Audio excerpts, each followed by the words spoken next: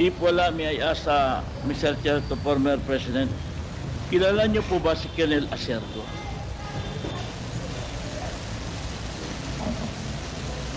Hindi ho.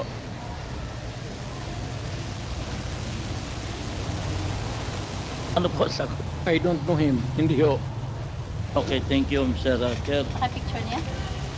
Kasi kanina, habang nasa Zoom at Silagan sa iyang kuwan. bilang naputol, tinanong po natin si Colonel Acerto kung bakit siya wala sa Pilipinas. Ang sagot niya, dahil siya ay ipapapatay.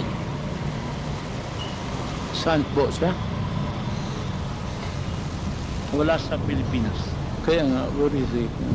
Hindi po natin. Baka alam mo. Okay, anyway, tutuloy ko na lang po. According to Mr. President, hindi niya kilala si Jimmy Cuban at hindi niya kilala si Mark Taguba. Pero si Jimmy Cuban po ay former Custom Intelligence Officer at si Mark Taguba is custom broker na siya po ang nagsabi na may nahuling 11 billion worth of shabu through magnetic lifters sa Port of Manila. At ang kasama doon po ay si Congressman Pulong Duterte, Atty. Mans Carpio at Michael Yang. Okay. Ngayon, according po sa ating former President, Mr. Chair,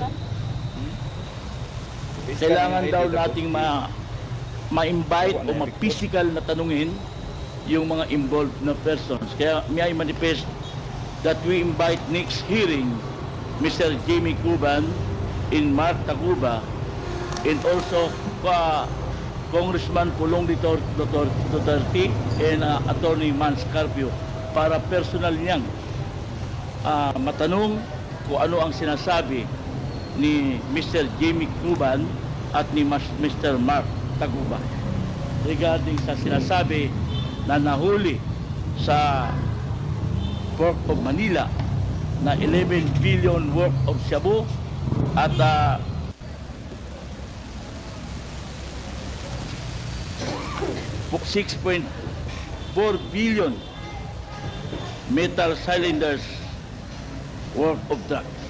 Mr. Chairman. Before I recognize Congressman Paduano, there's a request of Congressman Bong Teves to invite the persons he mentioned and COMSEC, the whole secretariat of the Quadcom. Please take note and send invitations to the persons mentioned by Congressman Bong Teves. Before before you proceed, yes. Chairman, just with due respect to Congressman Teves, this is just a matter of clarification. Kasi po, if giving due courtesy to a colleague in the House, we should not invite, I think it's just proper, Mr. Chairman, that we should not invite Congressman Pulong Duterte. He should be present voluntarily if he wants. Just giving due courtesy, Mr. Chairman, to a colleague in the House. The COMSEC is directed to send notice to our colleague Congressman Pulong Duterte to attend the next committee hearing of the Quadcom. So, please proceed, Congressman Bong Teves.